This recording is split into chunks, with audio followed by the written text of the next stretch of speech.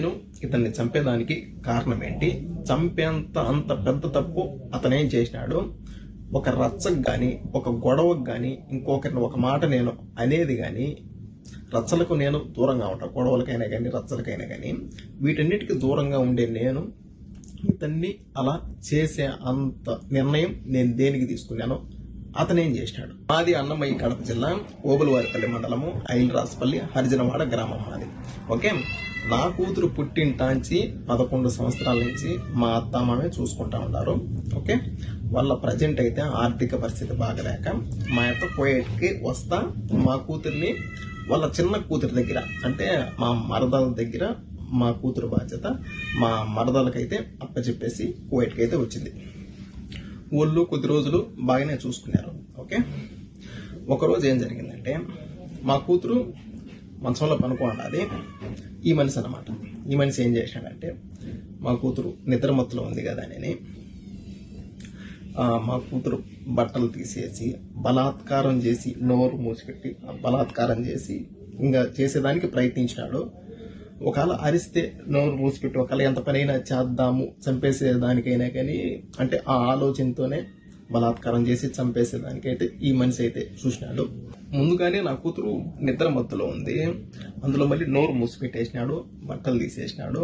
నోరు మూసిపెట్టేతలకి ఊపిరాడకుండా భయపడిపోయింది అనమాట. ఏం జరుగుతున్నదో ఏమో భయపడిపోయి ఒకపారిగా అరిసేసింది బుజ్జమ్మ అని. మా మరదలను అయితే అరిసేసింది. మా మరదలో వచ్చింది. మా మరదలు వచ్చి ఇప్పుడు బిడ్డనైతే దగ్గరికి తీసుకొని ఏం జరిగిందంటే అప్పుడు బుజ్జమ్మ తాత అయితే ఈ మాదిరి చేసినాడు, బట్టలన్నీ తీసేసినాడు, పట్టుకోరాని చోట పట్టుకొని ఒత్తుతా ఉన్నాడు. నాకైతే నొప్పి వచ్చినది, భయం వేసింది. బుజ్జమ్మ నోరు మూసిపెట్టేసినాడు. నేను భయపడిపోయి గట్టిగా అరిచినాను. తరువాత మా మరదలైనా గాని మా మరదలు వాళ్ళ భర్త రమణ అయినా గాని వీళ్ళిద్దరూ ఈ మనిషిని దేనికి ఈ మాదిరి చేసినావు పసిబిడ్డనని ఒక్క మాట అడగల. తరువాత నా బిడ్డను వీళ్ళిద్దరూ బెదిరించినారు. తాత ఈ మాదిరి అని చేసినాడు అని నువ్వు ఎక్కడ చెప్పగాకని నా బిడ్డనైతే బెదిరించినారు. నా బిడ్డ భయపడిపోయింది. తర్వాత మా మరదలు మా భార్యకి ఫోన్ చేసి మా ఇంట్లో వసతి లేదు, నీ బిడ్డను చూసుకునేదానికి, నీ బిడ్డ నువ్వు తీసుకోము అని ఎమర్జెన్సీగా చేసింది. మా ఇంట్లో గొడవలు గాన వసతి లేదు అనే తలికే సరే అని నా భార్యను ఇంటికి పంపించిన. బిడ్డను తీసుకురాపో, మన స్వాధీనంలో పెట్టుకున్నాం, మనం చూసుకున్నాము అనేది. ఓకే, పోయింది, తీసుకొని వచ్చింది. ఓకేనా, అని నా బిడ్డను మంచిగా అడిగింది నా భార్య.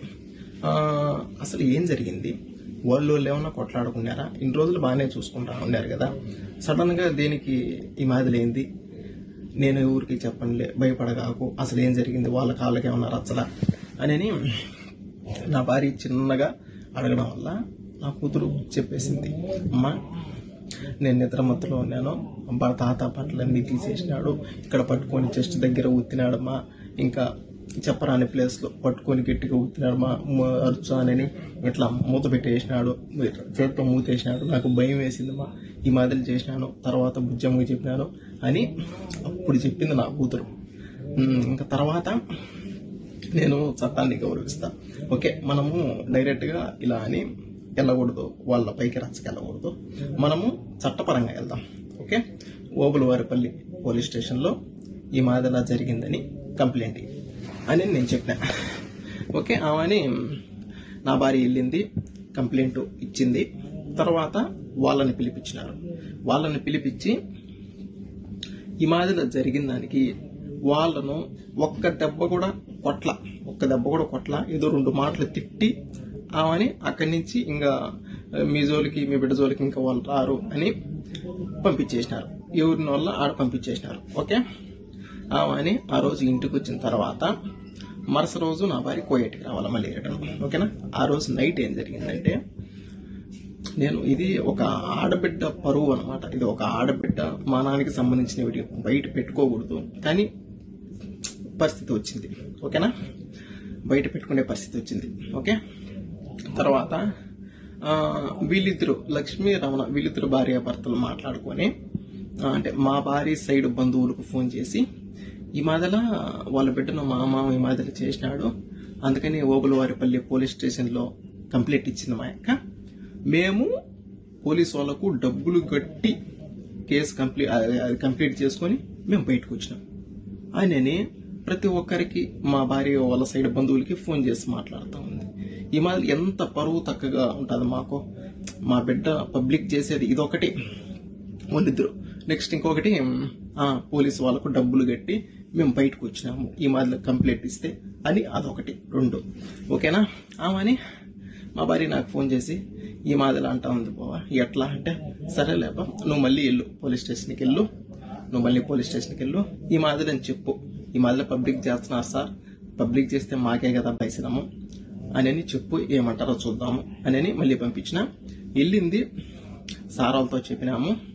వాళ్ళు ఫోన్ చేసి మాకేమన్నా డబ్బులు ఇచ్చినారా, దేనికి ఈ మాదిరి చెప్పినారు, దేనికి పబ్లిక్ చేస్తున్నారు, ఇది ఆడపిల్ల విషయం కదా అని తిట్టినారు. తిట్టేతలకే నువ్వేమన్నా ఏమన్నా అంటారేమో అని లక్ష్మి ఏదో పురుగుల మందు తాగి ఏదో సూసైడ్ చేసుకునింది. వాళ్ళ పక్క ఏ అంత పెద్ద తప్పు లేకపోతే సూసైడ్ అంత వరకు వెళ్ళింది. ఓకే, సూసైడ్ చేసుకునింది. తర్వాత ఈ మాదిరి సూసైడ్ చేసుకునిందని అక్కడి నుంచి ఎస్ఐ సార్కు ఇన్ఫర్మేషన్ వాళ్ళు చెప్పినారనమాట. ఈ మాదిరి సార్ రాలేదు, ఈ మాదిరి ఏదో తాగిండది అని. అని ఆ సార్ ఉండేసి ఈ మాదిరిలా ఏదో తాగిందంట, ఆమెకి ఏదన్నా కానీ అయితే నిన్నైతే అరెస్ట్ చేస్తామని మా భార్యని అన్నారు. ఏంది ఇది, మా భార్యను అరెస్ట్ చేస్తా అన్నారు. మేము బిడ్డ విషయం ఈ మాదిరి జరిగిందని వస్తే వాళ్ళు ఏదో చేసుకోవడం వల్ల మా భార్యను అరెస్ట్ చేస్తానంటే నువ్వు ఇక్కడే ఉండాలా, పోయేటకు కూడా పోలేవు అని సార్ మాతో చెప్పినాడు. ఓకేనా. తర్వాత మా భార్యను అక్కడే స్టేషన్లోనే, అప్పటికి స్టేషన్లోనే ఉంది. తర్వాత లక్ష్మిని అంటే మా భర్తల్ని హాస్పిటల్కి తీసుకెళ్ళి అంత బాగా అయిన తర్వాత మళ్ళీ తీసుకొని వచ్చారు. తర్వాత సార్ ఉండేసి అంక బాగుండదు అట్లే, ఇంక నువ్వు